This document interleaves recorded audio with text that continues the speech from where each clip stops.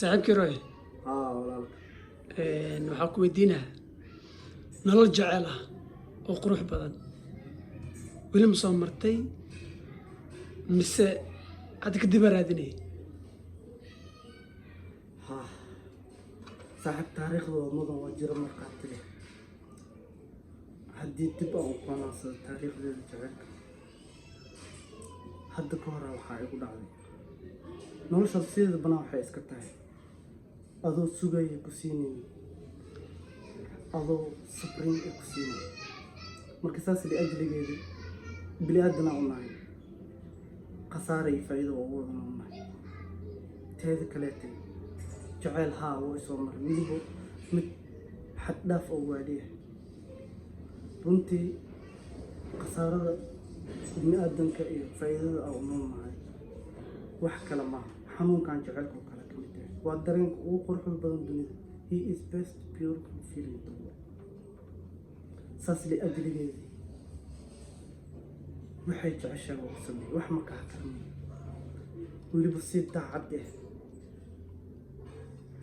laakiin waa ku guuldaraysta guuldaradana waxay kugu hogaamisaa waddada guusha marka waxaan jeclaan lahay maalin maalmaha ka mid ah inaan heli doono rajeynaa qofkaan jeclahay weliba si xad dhaafkaan u jeclahay jaceylo haddeer micnaha waxaa nooga sheekaysay nolosha qurux badana soo marta hadda qoftaas wax raja maka leedahay inay ku soo laabato adi ahaan maka leedahay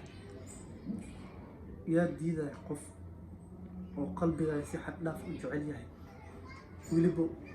naftaada marnaba inaysa xaqirin ee doonayso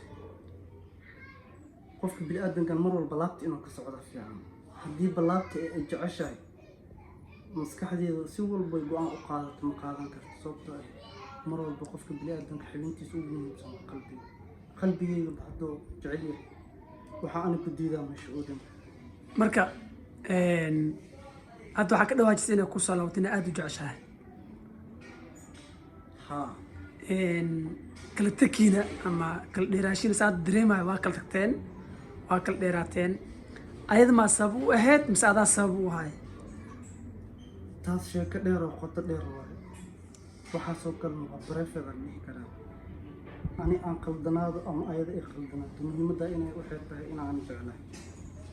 aadaan ugu mahadsan tahay maadaama xasuusteeda waxa ay iga weydiis maanta su-aal kaloo ku weydiinaa weli ma ka bixin waxaa rabaa inuu su-aashaan si maaragtay qurux badan au jawaabtood aada ka gaabsanaynin ma lis dhihi karaa qoftaas oo qof beer jilicsan ama qof maaragtay naxariis badan ama qof kalgaceel badan way ku soo laabanee mise xoogaa shaki oo madaaha kaa saaran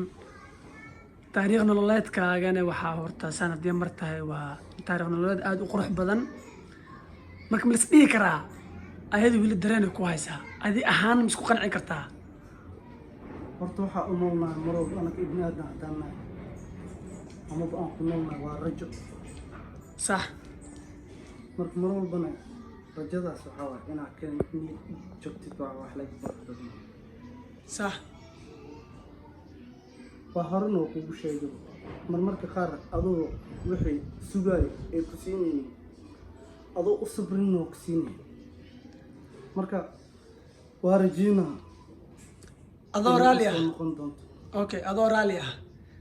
waddankay ka dhacday gobolkay ka dhacday mise caasimaday ka dhacday magaaladee ka dhacday soomaaliya miyaa mise dalka dibaddiisa waddankii weliba magaalada hadda aan joogo amaba caasimadda hadda aan joogo muqdisho ka dhacday weliba waa qof khaas ah aaladda messengerkana waa ka bartay